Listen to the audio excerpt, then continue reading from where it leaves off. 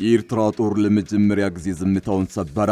ቀይ መስመሩን የሚያልፍ ማንኛውም አካል ለመማር ዳግም እድል የማይሰጥ አዘቅት ውስጥ ራሱን እየከተተ ነው ሲል 4 ኪሎን አስጠንቅቋል። የሻዕቢያ ሰራዊት ወታደሮች በየምድባቸው ውስጥ እንዲቆዩ ጥብቅ መመሪያ መተላለፉም ታውቋል። ከዚህ በተጨማሪም የኤርትራ ሕዝብ በአንድ ሆኖ እንዲቆም ጥሪ ተላልፏል። በዝርዝር እናስደምጣቸዋለን። የመቀሌና 4 ኪሎ ነገር ያላማራቸው ምዕራባውያን ተቋማት ሁለቱን ኃይሎች ከጦርነት አፋፍ ለመመለስ ሳይረፍድ እንቅስቃሴ ጀምረዋል። ሁማን ራይትስ ዎች ጦርነቱ የሚቀሰቀስ ከሆነ ቀጠናው መመለሻ ወደሌላው የማያባራ ጦርነት ይገባል ሲል አስጠንቅቋል። አሜሪካን ጨምሮ የፕሪቶሪያ አደራዳሪ አካላት በአስቸኳይ ማደራደር እንዲጀምሩም ጠይቋል። ታደምጡታላችሁ። ባለፈው ዓመት በባህር ዳር የተገደለው ዶክተር ጉዳይ ላይ የፍርድ ውሳኔ ተሰጠ። በዶክተሩ ግድያ ፋኖና መንግስት እርስ በርስ ሲካሰሱ እንደነበር የሚታወስ ሲሆን በህዝቡ ዘንድም ከባድ ቁጣን የፈጠረ ነበር። ተከሳሹ ግድያውን ክዶ ሲከራከር እንደነበርም ተነግሯል። ትሰሙታላችሁ።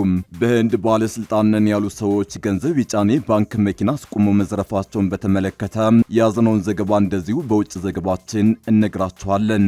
አክብሮታዊ ሰላምታችን በያላችሁበት የዓለም ዳርቻ የረሳችሁ የተወደዳችሁ የአንድ አፍታ ሚዲያ ቤተሰቦች ከአንድ አፍታ ለአሁን መደመጥ አለባቸው ያልናቸውን ዜናዎች ወደ እናንተ የምናደርስበት ሰዓት ላይ ተገኝተናል።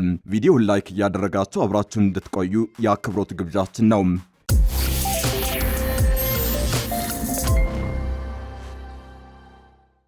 የኤርትራ ጦር ለመጀመሪያ ጊዜ ዝምታውን ሰበረ። ቀይ መስመሩን የሚያልፍ ማንኛውም አካል ለመማር ዳግም እድል የማይሰጥ አዘቅት ውስጥ ራሱን እየከተተ ነው ሲል 4 ኪሎን አስጠንቅቋል። የሻዕቢያ ሰራዊት ወታደሮች በየምድባቸው ውስጥ እንዲቆዩ ጥብቅ መመሪያ መተላለፉም ታውቋል። ከዚህ በተጨማሪም የኤርትራ ሕዝብ በአንድ ሆኖ እንዲቆም ጥሪ ተላልፏል። የኢትዮጵያና የኤርትራ ባለስልጣናት የሚሰጧቸው መግለጫዎች፣ የሚያደርጓቸው ንግግሮች ወደ ጦርነት ሊያስገቧቸው በሚችሉ የቃላት ልውውጦች የታጀቡ ናቸው። የባህር በር የሌላት ኢትዮጵያ የቀይ ባህር ወደብ የማግኘት ጥያቄ ማቅረቧን ተከትሎ ጦርነት በማንኛውም ጊዜ ሊቀሰቀስ ይችላል የሚለው ስጋት እየጨመረ መጥቷል። የኢትዮጵያ ጠቅላይ ሚኒስትር አብይ አህመድ ለመጀመሪያ ጊዜ በይፋ የባህር በር ጉዳይ የህልውና ጉዳይ ነው ያሉት ከ2 ዓመታት በፊት በ2016 ዓ.ም ነው። በቅርቡ ደግሞ የኢትዮጵያ መከላከያ ሰራዊት ጠቅላይ ኤታማዦር ሹም ፊልድ ማርሻል ብርሃኑ ጁላ ኢትዮጵያ በየትኛውም መልኩ የባህር በር ማግኘቷ እንደማይቀር ተናግረው ጦርነት ሊኖር እንደሚችል አመላክተዋል።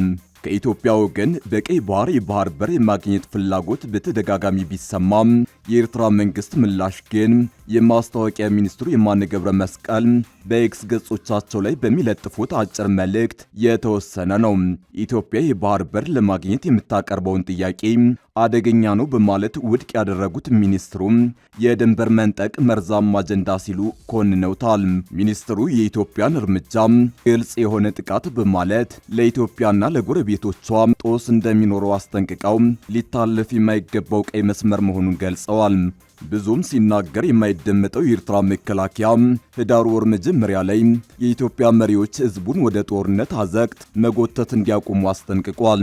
ጦሩ አክሎም ቀይ መስመሩን የሚያልፍ ማንኛውም አካል ለመማር ዳግም እድል የማይሰጥ አዘቅት ውስጥ ራሱን እየከተተ ነው ሲል አስጠንቅቋል።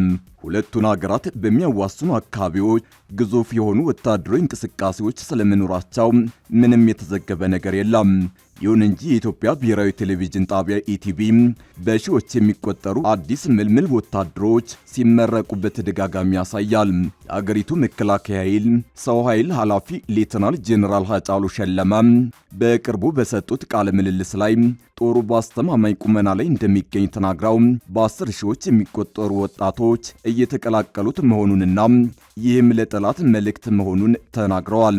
በዚህ ዓመት መጀመሪያ ላይ ጠቅላይ ሚኒስትር አብይ አህመድ ያቀረቧቸው ከፍተኛ ወታደራዊ መኮንኖች በፕሬዝዳንት ታዬ አጽቀሥላሴ የተለያዩ ከፍተኛ የማዕረግ እድገት ተሰጥቷቸዋል። ቅዳሜ መስከረም 10 ቀን 2018 ዓ.ም ወታደራዊ ሹመት ያገኙት 66 ከፍተኛ የወታደራዊ መኮንኖች ሲሆኑ 4ቱ የሙሉ ጀነራልነት ማዕረግ ተሰጥቷቸዋል። ጦሩ በተጨማሪም አዲስ የተገኙ ወታደራዊ መሳሪያዎችን፣ ተተኳሾችን ጨምሮ ታንኮችን እንዲሁም የታጠቁ ተሽከርካሪዎችን በብሔራዊ በዓላት ወቅት ለእይታ አቅርቧል። እስካሁን ድረስ ምንም አይነት ወታደራዊ ትርኢት ወይንም ምላሽ ከኤርትራ ወገን አልተሰማም። ይሁን እንጂ በኤርትራ አሁንም በሺዎች የሚቆጠሩ ወጣት ወንዶችና ሴቶች የሚሰለጥኑበት የብሔራዊ አገልግሎት እንደቀጠለ ነው።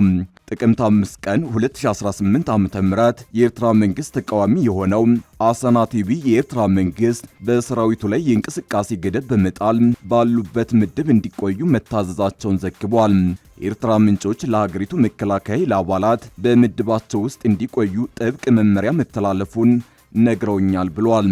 የኤርትራ ብሔራዊ መገናኛ ብዙሃን በተለይ ኤሪ ቲቪ ኢትዮጵያን ከ10 ዓመታት በፊት የተፈታን ጉዳይ ዳግም በማንሳት ዓለምን እያሳሳተች ነው በማለት የሚወነጅሉ ርዕሰ አንቀጾችንና አስተያየቶችን ያቀርባል። ጥቅምት 1 ቀን 2018 ዓ.ም የቀረበው ርዕሰ አንቀጽ የኢትዮጵያ መንግስት ለአንዴና ለመጨረሻ ጊዜ ህጋዊ በሆነ መልኩ የተፈታን ጉዳይ በመቀስቀስ በሁለቱ ሀገራት መካከል ጦርነት ለመጫር እየሞከረ ነው ሲል ወንጅሏል። የማስታወቂያ ሚኒስቴር ርዕሰ አንቀጽ ቦርድ ኤርትራ ለኢትዮጵያ ተግዳሮቶች ተጠያቂ አትሆንም ሲል ጽፏል።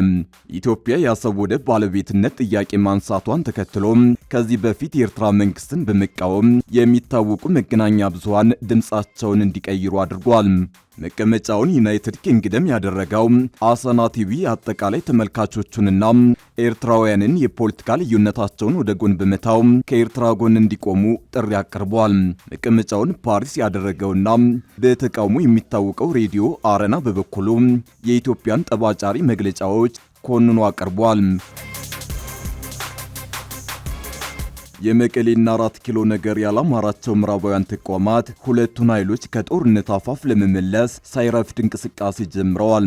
ሁማን ራይትስ ዎች ጦርነቱ የሚቀሰቀስ ከሆነ ቀጠናው መመለሻ ወደሌለው የማያባራ ጦርነት ይገባል ሲል አስጠንቅቋል። አሜሪካን ጨምሮ የፕሪቶሪያ አደራዳሪ አካላት በአስቸኳይ ማደራደር እንዲጀምሩም ጠይቋል። የፌዴራል መንግስቱና ህወሓት በክልሉ ያለውን ሁኔታ በተመለከተ ጦርነት ሊከፍትብኝ ነው በሚል አንዱ ሌላውን በተደጋጋሚ ሲከስና ለዓለም አቀፉ ማህበረሰብ የሸምግሉኝ ጥሪ ሲያቀርቡ መቆየታቸውን ተከትሎ ደም አፋሳሹ ጦርነት ዳግም ሊቀሰቀስ ይችላል ሲል ዓለም አቀፉ የሰብአዊ መብቶች ተሟጋቹ ሁማን ራይትስ ዎች አስጠንቅቋል። መቶ ሺዎችን ለእልቂት የዳረገውና የጦር ወንጀልን ጨምሮ ሌሎች አስከፊ የሰብአዊ መብት ጥሰቶች የተፈጸሙበት ደም አፋሳሹ የትግራይ ጦርነት ዳግም እንዳያገረሽ ጦርነቱ ከመቀስቀሱ በፊት ሁሉም የፕሪቶሪያ ስምምነት ዋነኛ ዋስትና ሰጪዎችና የኢትዮጵያ አጋሮች አፋጣኝ ምላሽ እንዲሰጡ ተቋሙ ጥሪ አቅርቧል። ጠቅላይ ሚኒስትር አብይ አህመድ በቅርቡ ባደረጉት ንግግር ህወሓት ለክልሉ የሚመደበውን በጀት ለጦርነት መሳሪያ ግዢ እያዋለው ነው ሲሉ መናገራቸውን የጠቀሰው ሁማን ራይትስ ዎች ህወሓት ከኤርትራ ጋር ጥምረት በመፍጠር በኢትዮጵያ ላይ ጦርነት ለመክፈት እየሰራ ነው መባሉን ተከትሎ በኢትዮጵያና ኤርትራ መካከል ያለው ውጥረት እየተባባሰ መምጣቱንም ገልጿል። ለጉዳዩ ቅርብ የሆኑ ዲፕሎማቶችና ተንታኞች በሁለቱ ሀገራት መካከል ያለው አለመግባባት በጊዜ መፍትሄ የማያገኝ ከሆነ ውጥረቱ እየተባባሰ መጥቶ ጦርነቱ የሚቀሰቀስ ከሆነ ቀጠናውን አንዴ ከተቀሰቀሰ መመለሻ ወደሌለው ወደ ማያባራ የግጭትና ጦርነት ቀውስ ውስጥ ሊከተው እንደሚችል ማስጠንቀቃቸውንም አስታውሷል። ዲፕሎማሲያዊ አማራጮችን ለመጠቀምና ግጭቶችን ለማብረድ ጊዜው አሁን ነው ያለው ሁማን ራይትስ ዎች፣ በመሆኑም የፕሪቶሪያ ስምምነት ዋነኛው ዋስትና ሰጪዎች የአፍሪካ ህብረት፣ ኬንያ፣ ደቡብ አፍሪካና አሜሪካ እንዲሁም ሌሎች የኢትዮጵያ አጋሮች በቀጠናው ዳግም ጦርነት እንዳይቀሰቀስና በሰሜን ኢትዮጵያ ጭካኔ የተሞላበት ተጨማሪ የሰብአዊ መብት ጥሰት እንዳይፈጸም በአፋጣኝ ምላሽ እንዲሰጡ ተቋሙ በግጭት መከላከል ዳይሬክተሯ አክሺያ ኩማር አማካኝነት ጥሪውን አቅርበዋል። ዶክተሩን በአሰቃቂ ሁኔታ የገደለው ግለሰብ ተፈረደበት። በወቅቱ የዶክተሩ ግድያ ከፍተኛ ቁጣ የቀሰቀሰና መነጋገሪያ የነበረ ጉዳይ ነበር። ፍርድ ቤቱ ዛሬ በዋለው ችሎት በዶክተሩ የግድያ ወንጀል ላይ የቀረበውን መረጃና ማስረጃ መሰረት አድርጎ ውሳኔ ያሳልፏል። ብዙዎችን ያሳዘነው የዶክተር አንዱዓለም ዳኜ ገዳይ የ25 ዓመት እስር ተፈረደበት። ከወራት በፊት በአማራ ክልል ባህር ዳር ከተማ መኪና በማሽከርከር ላይ ያለ የተገደለው የዶክተር አንዱዓለም ገዳይ በ25 ዓመት ጽኑ እስራት መቀጣቱን ተገልጿል። የባህር ዳርና አካባቢው ከፍተኛ ፍርድ ቤት የጥበበ ግዮን ስፔሻላይዝድ ሆስፒታል ሐኪም በነበረው ዶክተር አንዱዓለም የግድያ ወንጀል የፈጸመው ግለሰብ የ25 ዓመት ጽኑ እስራት ተፈርዶበታል።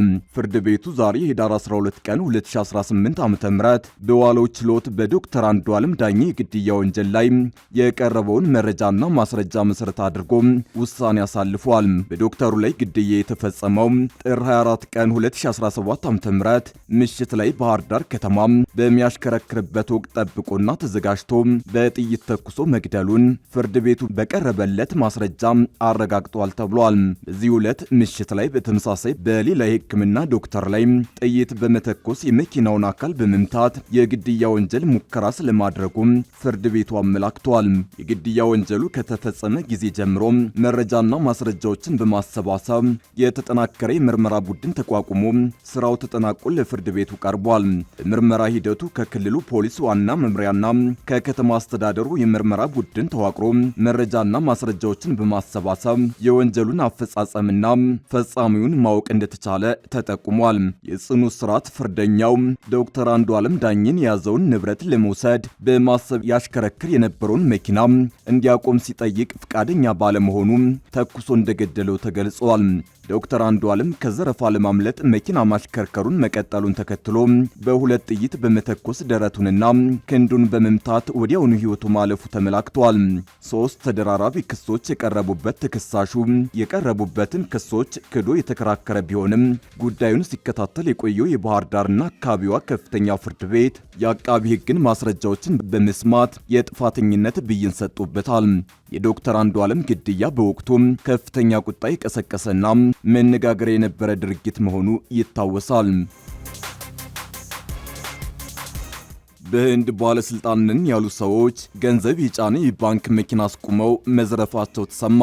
የህንድ ማዕከላዊ ባንክ ባለስልጣናት መስለው ገንዘብ እያጓጓዘ የነበረን መኪናን አስቁመው $800,000 መዘረፉን በደቡባዊ ህንድ የምትገኘው ካርናታካ ግዛት ፖሊስ አስታውቋል። በህንድ ገንዘብ 70 ሚሊዮን ሩፒ የሚሆነው ይህ ገንዘብ ከግዛቲቱ ዋና ከተማ ቤንጋሉሩ ማዕከላዊ ክፍል ውስጥ በጠራራ ፀሐይ መኪናውን አስቁመው የዘረፉትን ሌቦች ለመያዝ ፖሊስ መጠነ ሰፊ አሰሳ እያካሄደ መሆኑንም ገልጿል። የከተማዋ ፖሊስ አዛዥ ሲማንት ኩማር ሲንግ ለቢቢሲ እንደተናገሩት ዘረፋው የተፈጸመው ረቡዕ ከሰዓት በኋላ ነበር።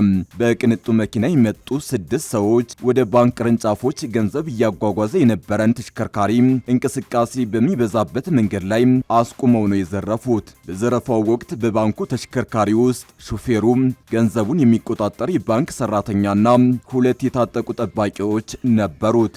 ዘራፊዎቹ መኪናውን አስቁመው የህንድ ማዕከላዊ ባንክ ባለስልጣናት መሆናቸውንና ከፍተኛ መጠን ያለው ገንዘብ ሲያጓጉዙ ተገቢውን ሰነድ ይዘው እንደሆነ ለማረጋገጥ መሆኑን ነግረዋቸው እንደነበር የፖሊስ ባለስልጣኑ ተናግረዋል። ዘራፊዎቹ የመኪናውን ሹፌር ቦታው ላይ ሆኖ መንዳቱን እንዲቀጥል፣ የባንኩን ሰራተኛና የታጠቁትን ጠባቂዎች ደግሞ መሳሪያቸውን መኪናው ውስጥ ትተው ወደ ራሳቸው ቅንጡ መኪና እንዲገቡ በማዘዝ ነው ዝርፊያው የተፈጸመው ሲል ፖሊስ አስታውቋል። ገንዘብ የጫኑ መኪና ሹፌርን ከመኪናው አስገድደው እስኪወርድ ድረስ ለተወሰነ ኪሎ ሜትር የወሰዱት ሲሆን በራሳቸው መኪና ይዘዋቸው የነበሩትን የባንኩን ሰራተኞችና ጠባቂዎችን አስወርደው መሳሪያ በመደቃን ገንዘቡን ወደ ራሳቸው መኪና አሸጋግረው ተሰውረዋል። ዝርፊያ የተፈጸመበት አካባቢ በቂ የደህንነት ካሜራ ቁጥጥር ያለበት በመሆኑ ዘራፊዎቹ በርከት ያሉ ተሽከርካሪዎችን ተጠቅመው እንደሆነ ለማወቅ ምርመራ እያደረገ ነው። በሌላ በኩል ገንዘብ የማጓጓዝ አገልግሎት የሚሰጠውና ዝርፊያው የተፈጸመበት ካምፓኒ ለፖሊስ ክስ አቅርበዋል። ዘራፊዎቹ ይዘውት የነበረው ቅንጡ መኪና ሐሰተኛ ሰሌዳ ቁጥርና የህንድ መንግስት የሚል ጽሑፍ ለጥፎ እንደነበር አንድ ስሙ እንዲጠቀስ ያልፈቀደ የፖሊስ አባል ለቢቢሲ ተናግረዋል።